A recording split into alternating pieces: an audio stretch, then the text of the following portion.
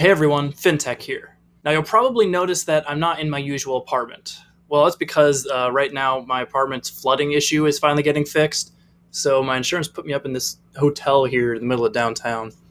But I'm making do and trying to film a video anyway. So Zoom just reported earnings and wow.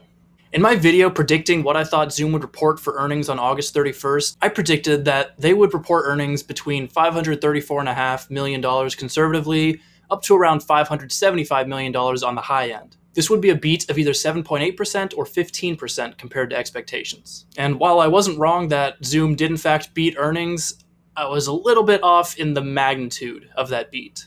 Let me just break it down. In my last video, I looked at data from KeyBank to predict that Zoom would grow revenue 50% sequentially. This was after having already had an incredible blowout Q1 for 2021.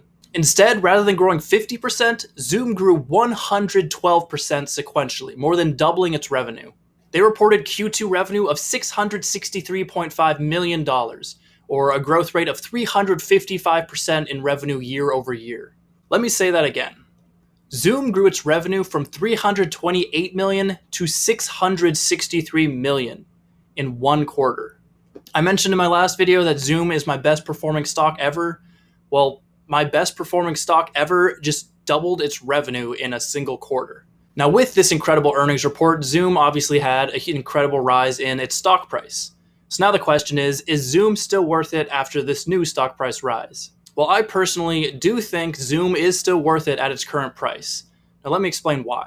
Each time Zoom's stock price has gone up after one of these quarters, the price is factoring in a little bit of future growth rate, but it's definitely expecting a deceleration in growth after this quarter, just like last quarter. Now, while I do think there will be at least some level of deceleration, it's not going to double again next quarter, Zoom is still growing really, really fast. Their management has a demonstrated ability to grab new customers, both who haven't used video conferencing before, as well as winning them over from existing platforms. Presumably at the end of Q1 fiscal year 2021, everybody had already heard of the name Zoom, and yet we clearly see that over the next quarter, they continue to earn new customers, especially customers who hadn't moved over from their existing platforms, according to KeyBank's data. Additionally, Zoom didn't just earn new customers, they also grew their existing customers' revenue.